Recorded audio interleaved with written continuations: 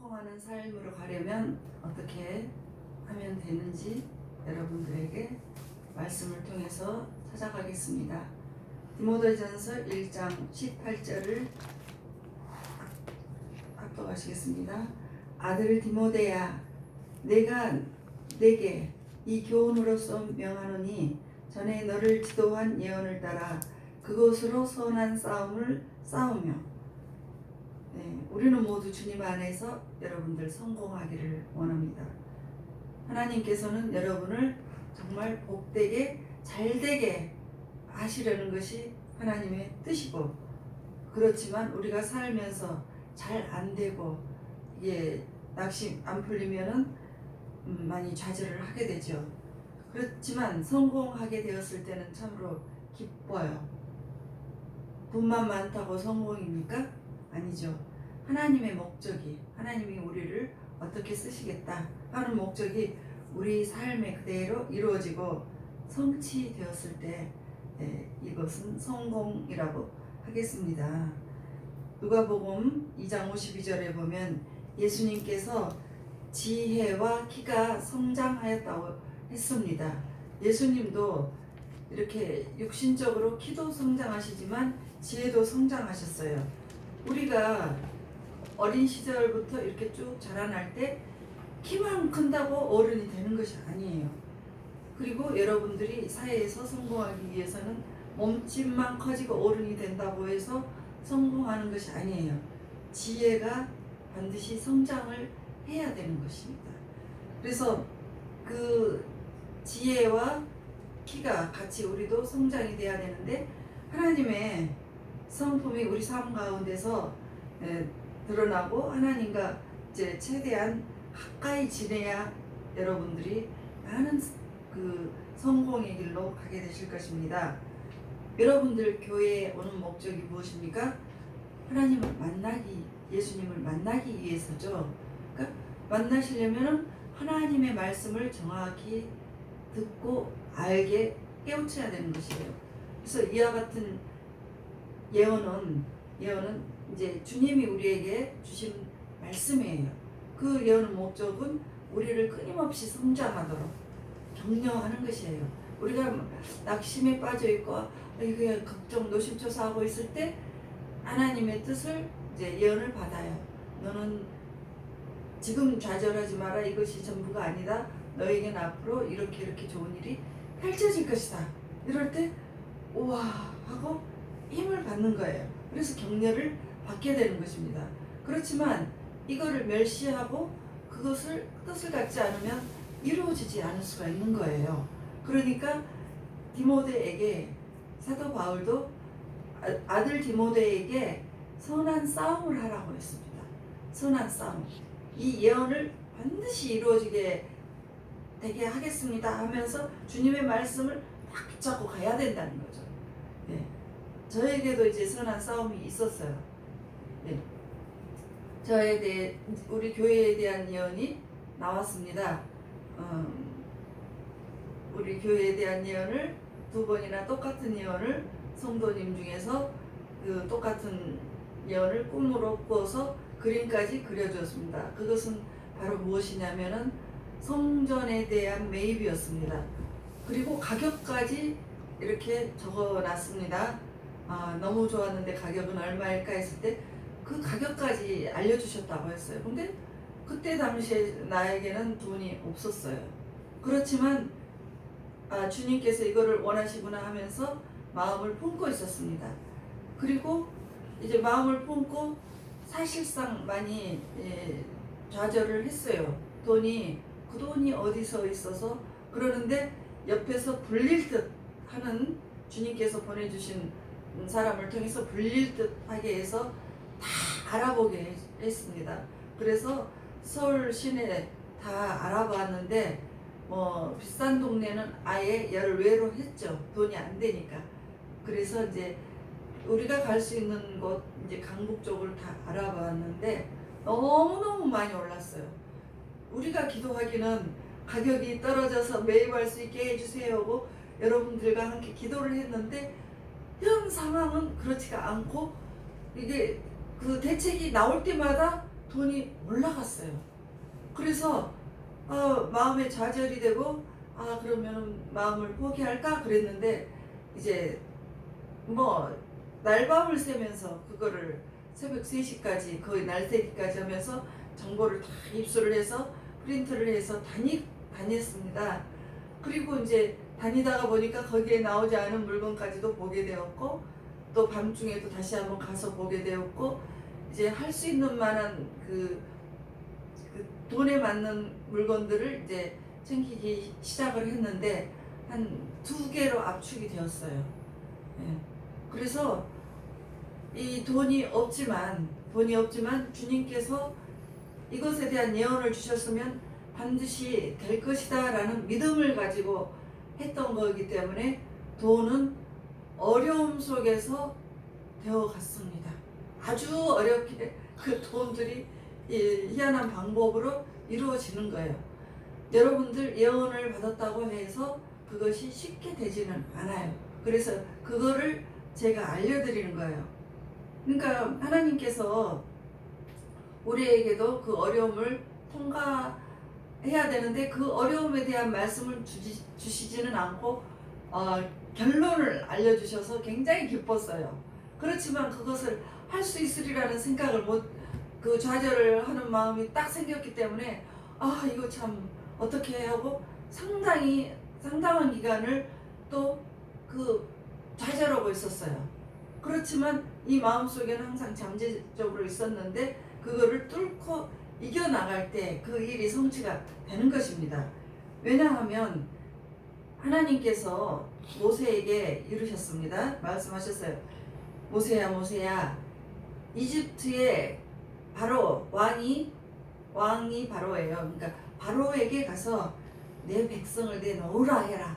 그러면 나는 내 백성을 이끌고 저 적과 꿀이 흐르는 저 가나안 땅으로 내가 너희들을 데려가 이렇게 너희들 거기 가서 정말 천국 생활을 누릴 것이다. 너희들이 손으로 짓지 아니한 집도 살 것이고 얼마나 좋아요. 그러니까 백성들이 너무너무 흥분을 하고 좋아했습니다.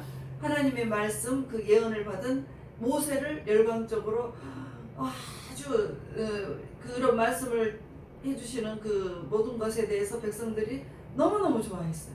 그런데 그들의 삶은 이제 예언 전보다 더욱더 혹독해졌습니다. 더욱더 노예 생활을 더 심하게 아주 채찍과 모진 힘든 일들을 더 가중시켰어요. 그래서 삶이 더 힘들어서 갈 수 있을까? 하면서 그들의 믿음이 참으로 더 이제 자꾸 시험을 받게 돼요. 여러분들도 어떤 예언을 받았을 때 흥분을 하지만 이것이 잘 안 이루어질 때는 시험을 받게 되는 거예요. 여러분들도 경험하실 줄 믿습니다. 그리고 이제 요셉도 그랬어요. 하나님 아버지의 사랑을 듬뿍 받고 자랄 때 자기가 예언을 받지 않았을 때는 아버지의 사랑을 듬뿍 받고 살았었는데 꿈을 통해서 예언을 받았습니다. 네가 부모와 형제보다 네가 더 큰 자가 될 것이다 하고 예언을 해서 그 말을 부모 형제 앞에서 전했습니다. 그랬더니 그 후의 삶은 죽음의 길로 치달았어요. 형제들이 그를 죽이려고 우물 속에다가 집어 던져버렸어요. 그런데 가까스로 그 넷째 형이 이제 죽이지 말고 그러면은 살리자 해서 그 중에 이제 살리자라고 하는 사람이 있어서 아라비아 상인들에게 팔렸어요. 그리고 노예 생활을 하면서 감옥 생활까지 가게 돼요. 그러면 그 예언이 지금 오히려 자기를 더욱더 힘들게 하기 때문에 이거를 포기해야 되는지 갈등이 있었을지 모르지만 우리와 같은 사람들도 자꾸 이런 일이 이루어지지 않으면 정말 갈등이 생기는 거예요. 그런 갈등의 시기를 겪는 사람이 또 다윗 왕이 있어요. 다윗 왕도 이제 너는 왕이 될 거다 하고 기름 부음을 받고 나서 그의 삶은 정말 질게 힘들어집니다. 그의 장인 어른이 그를 죽이려고 그 군사들을 이끌고 다니면서 이 다윗은 굴 속으로 가서 피해 있고 먹을 것이 없고 거지 생활도 노숙자 생활도 한 거예요. 그리고 너무나 자기를 죽이려고 하는 그 사람들이 많기 때문에 다른 나라로 망명을 했어요. 그래서 그 나라에 가서 침을 질질 흘리면서 그 미친 척 했습니다.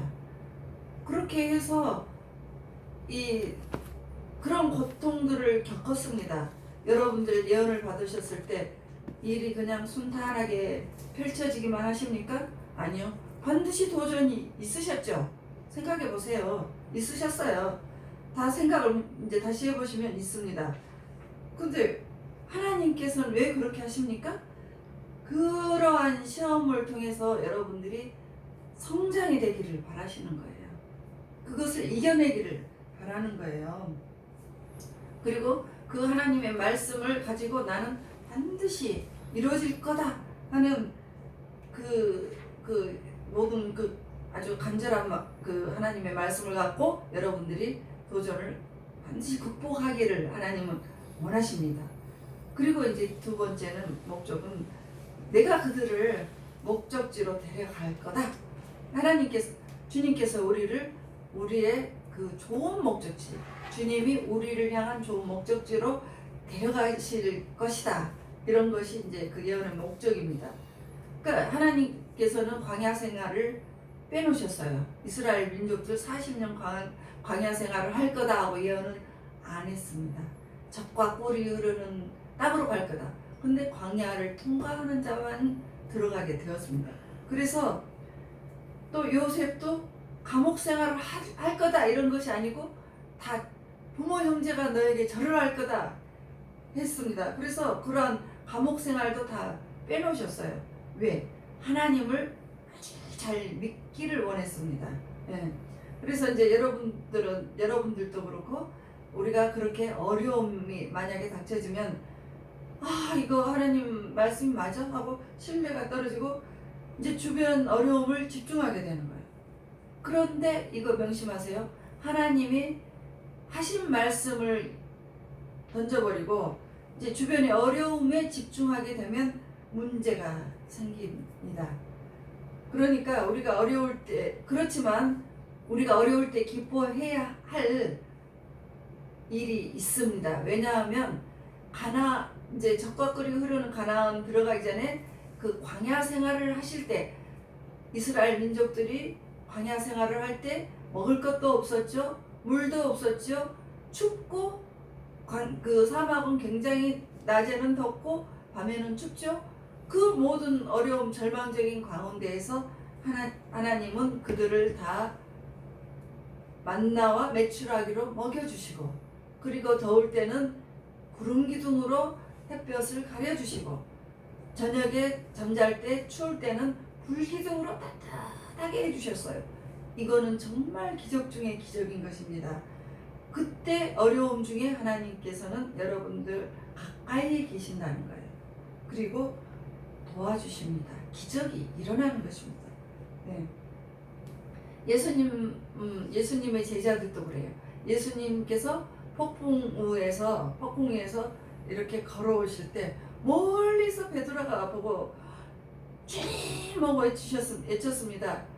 그러니까 베드로야 오너라 하니까 주님을 바라보고 배에서 풍덩 하면서 주님 바라보고 가니까 걸어갔어요. 물 위를 걸었습니다. 근데 주변을 바라봤습니다. 그러니까 폭풍우가 있네? 이거를 보는 순간 풍덩 빠져버렸습니다. 그러니까 우리가 주님을 바라보고 갈 때는 그런 기적이 일어나는 거예요. 그러니까 여러분들 예언을 받을 때 기적이 일어날 줄 믿고 가야 되는 것입니다. 예. 그래서 우리가 문제에 집중하지 말고 예수님께 집중을 하셔야 됩니다. 그러니까 기도하실 때 주님 폭풍우를 없애주세요 이런 기도 한다고 해서 되지 않습니다. 그냥 주님 바라보면서 주님께서 해주실 이 문제를 해결해 주실 줄 믿습니다. 예, 하고 기도를 하세요. 왜냐하면 그 문제보다 우리가 더욱더 크게 성숙해지기를 바라시기 때문이에요. 독수리는 이제 그 날개짓을 하고 날 때 폭풍우가 몰아칠 때 다른 새들은 그 폭풍우를 견디지를 못해요. 그렇지만 독수리는 그 폭풍우가 몰아칠 때 폭풍 위로 올라가서 날아갑니다. 그러니까 그 문제 위를 가서 날아가는 거죠. 그러니까 광야를 없애지 않은 것, 이런 것들은 광야를 통과한 후에 약속의 땅에 들어간다는 거예요. 그러니까 여러분들 삶이 어려울 때 예언의 말씀이 성장해요. 반드시 믿고 나갈 때 성장합니다. 그래서 우리가 도전을 할 때 그것을 극복을 하면 상급을 주십니다. 그리고 여러분들이 승진하게 되는 것은 복잡한 문제를 잘 해결할 때 승진을 하는 거예요. 맥도날드 창업자는 왜 맥도날드를 창업하게 됐습니까? 사람들이 요리하기를 싫어하고 빨리 먹는 것을 원했습니다. 그래서 그렇게 창업을 한 거예요. 여러분들 피부과 가시죠? 피부과에 가서 주름을 개선하는 것 있잖아요. 네. 그런 거 주름을 좋아하지 않기 때문에 보톡스를 만들어서 그렇게 한 거예요. 그러니까 사업 잘하는 사람은 문제를 반드시 해결해요. 그 문제를 피하지 않고 오히려 극복해서 그것이 상급이 되는 거예요. 아셨습니까? 그러니까 하는 그 성장할 때마다 더 좋은 일들이 있습니다. 창세기 3장 15절에 보면 내가 너로 여자와 원수가 되게 하고 내 후손도 여자의 후손과 원수가 되게 하려니 여자의 후손은 내 머리를 상하게 할 것이요 너는 그의 발꿈치를 상하게 할 것이니라. 이 말씀은 예수님의 앞으로 오신다는 초림 예수님에 대한 예언입니다. 그 예언이 있으신 후로 4000년 후에 예수님이 이 땅에 오셨습니다. 반드시 이루어집니다. 반드시. 대부분 여러분들 이제 예언을 받으면 좋은 우리를 격려해주고 앞으로 잘 될 것이다 이런 것 때문에 많이 신나합니다. 그러나 하루 며칠 지나면 아유 이게 어떻게 되겠어 하고 까먹어요. 그리고 내가 머리를 쓰면서 해결하려고 합니다. 왜? 하나님의 그 말씀보다 문제가 더 심각하기 때문에 그래요. 그렇지만 우리가 하나님 말씀에 온전히 헌신하게 되면 우리가 점점 더 이제 그 문제들을 해결할 수 있는 힘을 받게 되어요. 그리고 성공하게 될 것을 바라보십시오. 그리고 열정을 가지고 기도하고 헌신을 하세요. 헌신하기 시작하게 되는 거예요. 이 기쁨 때문에. 그러면서 성숙한 크리스찬이 되어가는 것입니다. 여러분들이 성숙하지 못할 때는 맨날 어린아이 때는 신앙에 뭐뭐 해줘요 줘요 이렇게 기도합니다. 그렇지만 예수님께서 말씀하셨습니다. 마태복음 6장 31절에서 33절에 보면 너희가 무엇을 먹을까 마실까 입을까 그 걱정하지 마. 이것은 다 이방인들이 하는 기도야. 나는 다 아버지께서는 이 모든 것이 너희에게 필요한 것을 다 알고 계시느니라. 그러니까 너희는 먼저 그의 나라와 그의 의를 구해봐. 그러면 이 모든 것은 너희에게 다 줄 거야. 그러니까 우리가 이방인의 기도를 드리는 것보다 성숙한 기도를 더 드리는 것이 필요한 거예요. 갈라디아서 4장 1절에 보면 유업을 이을 자가 모든 것의 주인이 된다고 했습니다. 어렸을 동안에는 종과 다름이 없어서 성숙함을 이룰 자만이 유업을 받습니다. 우리가 성숙하게 되면 유산을 다 받게 되는 거예요. 몽땅 받습니다. 그래서 우리가 아무리 능력이 있고 권위가 있다고 해도 우리에게 성숙함이 없으면 다스릴 수 없어요. 다스릴 수 없어요. 그래서 이제 여러분들이 그렇게 신앙생활 하시죠? 기도를 왜 멈추고 있습니까?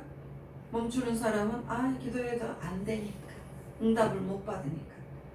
그리고 금식을 해야 될 때 왜 금식을 덜 하게 됩니까? 금식해봤자 뭐 응답도 잘 안 오는데. 그리고 왜 헌금을 하려다가 자꾸 아까운 생각이 들어서 적게 해야지 이런 생각을 하게 됩니까? 하나님이 이거 드려봤자 더 좋게 축복을 주시지 않을 것 같아서, 만약에 드렸는데 더 많은 축복이 와봐요. 그러면은 더 드리게 되죠. 근데 경험을 하지 못하면은 그래 저런 말씀해가지고 나를 조정하는 거야. 그러나 예수님은 우리를 도적질하고 조정하시지 않습니다. 예수님께서는 우리의 마음이 해방을 받아서 아주 넉넉하게 되기를 바라시는 겁니다. 그래서 예수님께서는 우리에게 그와 같이 여러분 우리가 성숙하게 되기를 원하시는 것은, 이제 너희가 성숙해져서 유업을 한번 받아봐. 그리고 그러면은 헌신할 때도 너희가 기쁜 마음으로 한번 해. 그래서 우리들이 정말 더욱더 성숙해지기를 원하십니다. 그래서 주님의 백성들에게 이제 예언 말씀으로 용기를 주게 되고, 우리가 격려를 받게 되죠. 그러면 여러분들은 예언을 가지고 선한 싸움을 싸우시기 바랍니다. 그렇게 싸우게 되면 일이 반드시 승리가 오게 될 것이고 성취가 이루어집니다. 그래서 여러분들의 삶이 전국적으로는 성공까지 갈 수 있도록 주님께서 이끄십니다. 여러분들의 모든 그 어려움들이 극복이 되고 이겨나갈 수 있도록 주 예수 그리스도의 이름으로 축복합니다.